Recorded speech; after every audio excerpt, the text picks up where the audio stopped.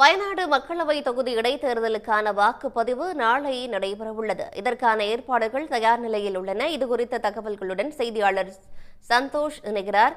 சந்தோஷ், நாளை காலை வாக்குச்சாவடிக்கு சென்று மக்கள் வாக்களிப்பதற்கான அனைத்து ஏற்பாடுகளும் அங்கு செய்யப்பட்டிருக்கா? விவரம் என்ன?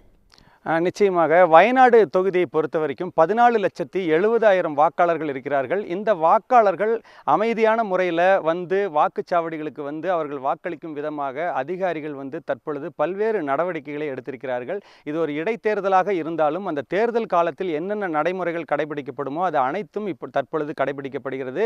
வயநாடு தொகுதியை பொறுத்த வரைக்கும் மானந்தவாடி, அதே போல சுல்தான் பத்தேரி, கல்பட்டா உள்ளிட்ட 3 தாலுகாக்கள் வருகிறது. இந்த இடங்களில் சென்று, அதாவது வாக்காளர்கள் வாக்களிக்கும் விதமாக வாக்குச்சாவடி மையங்களுக்கு வந்து இன்று காலை முதலே பார்த்தீங்கன்னா வாக்குப்பெட்டிகள் வந்து கொண்டு சென்று அதை பொருத்தும் பணியானது நடைபெற்று வந்தது.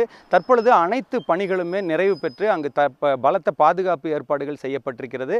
நாளை காலை 7 மணி முதல் வாக்குப்பதிவானது தொடங்க இருக்கிறது. மாலை 6 மணி வரைக்கும் அந்த வாக்குப்பதிவானது நடைபெற உள்ளது.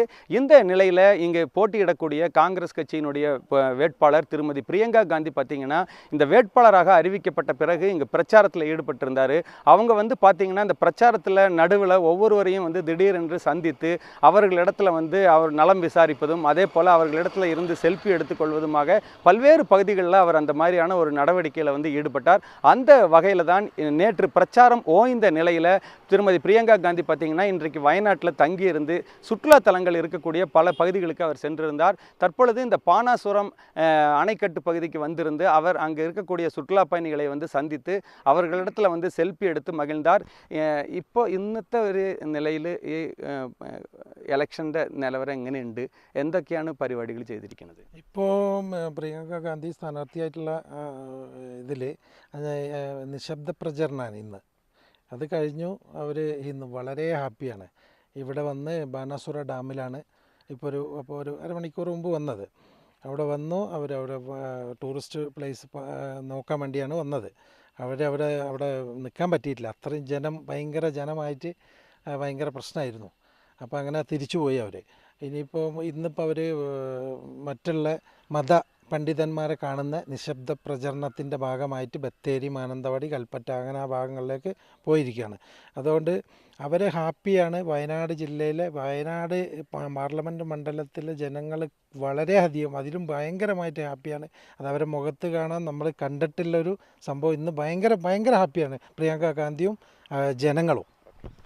அதாவது தற்பொழுது பார்த்தீங்கன்னா இந்த வேட்பாளர்கள், அதாவது காங்கிரஸ் கட்சி வேட்பாளராக இருந்தாலும் சரி, கம்யூனிஸ்ட் கட்சி வேட்பாளராக இருந்தாலும் சரி, பாஜகவினுடைய வேட்பாளராக இருந்தாலும் சரி, நேற்று மாலையுடன் பிரச்சாரம் ஓய்ந்த நிலையில் ஒரு அனல் பறக்கும் பிரச்சாரத்தை நேற்றைக்கு வந்து அவர்கள் முடித்திருக்கிறார்கள். தனது சகோதரிக்காக அவர் வந்து ராகுல் காந்தி வந்து கோழிக்கோடு மற்றும் சுல்தான் பத்தேரி ஆகிய பகுதிகளில் வந்து பிரச்சாரம் மேற்கொண்டார். தற்பொழுது இன்றைக்கு வந்து நிசப்தமான முறையில் வந்து பிரச்சாரத்தை வந்து அனைத்து கட்சியை சேர்ந்த வேட்பாளர்களும் மேற்கொண்டிருக்கிறார்கள். அந்த வகையில் முக்கிய பிரமுகர்களை சந்தித்து இன்று காலை முதல் அவர் வந்து பிரச்சாரத்தில் ஈடுபட்டிருந்தார். இந்த நிலையில தான் இந்த பானாசுரம் அணை பகுதிக்கு வந்து சுற்றுலா பயணிகளை கண்டு அவர் வந்து அவர்களோடு புகைப்படம் எடுத்து மகிழ்ந்தார் என்பது ஒரு செய்தியாக இருக்கிறது. தற்பொழுது வாக்குப்பதிவுக்கான அனைத்து ஏற்பாடுகளும் முடிந்த நிலையில் நாளை காலை 7 மணிக்கு வாக்குப்பதிவானது தொடங்க இருக்கிறது. மக்கள் வந்து காத்திருந்து வாக்களித்து அமைதியான முறையில் திரும்பி செல்லும் வகையில் பாதுகாப்பு ஏற்பாடுகளும் பலத்த முறையில் செய்யப்பட்டிருக்கிறது. உடனுக்குடன் செய்திகளை தெரிந்து கொள்ள சன் நியூஸ் பெல் ஐகானை கிளிக் பண்ணுங்க.